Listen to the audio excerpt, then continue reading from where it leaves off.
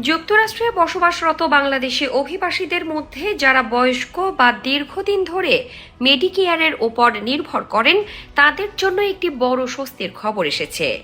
Trump প্রশাসন হাসপাতালগুলোকে ছাড়কৃত ওষুধের ওপর অতিরিক্ত মার্ক আপ চার্জ করা বন্ধ করতে নতুন নিয়ম প্রস্তাব করেছে।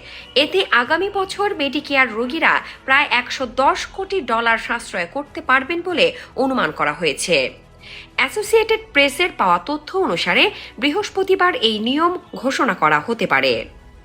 সিএনবিসির সাক্ষাৎকারে প্রেসিডেন্ট ট্রাম্প বলেছেন, প্রেসিডেন্সির ক্ষমতা এতটাই ব্যাপক যে তার পরিবারের ব্যবসার সঙ্গে সবকিছুতেই স্বার্থের সংঘাত হতে পারে। ট্রাম্প আরও জানিয়েছেন, তিনি বিশ্বের প্রথম ট্রিলিয়নিয়র ইলন মাস্ককে অভিনন্দন জানিয়েছেন।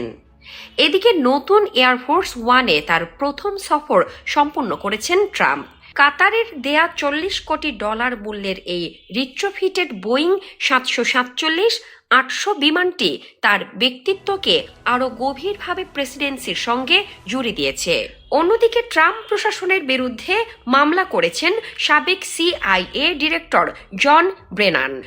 তিনি অভিযোগ করেছেন যে তাকে লক্ষ্য করে চলা তদন্তের নথিপত্র সংরক্ষণের নির্দেশ চান।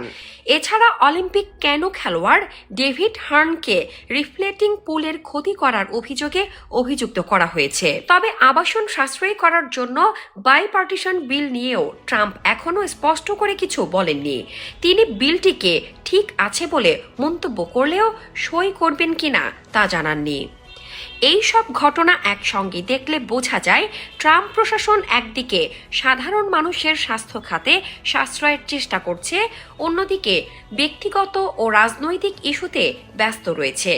যুক্তরাষ্ট্রে থাকা বাঙালি কমিউনিটির অনেকেই মেডিকেয়ার ও স্বাস্থ্যসেবার খরচ নিয়ে চিন্তিত থাকেন। তাই এই নতুন নিয়ম বাস্তবায়িত হলে তাদের জন্য কিছুটা সুবিধা হতে পারে।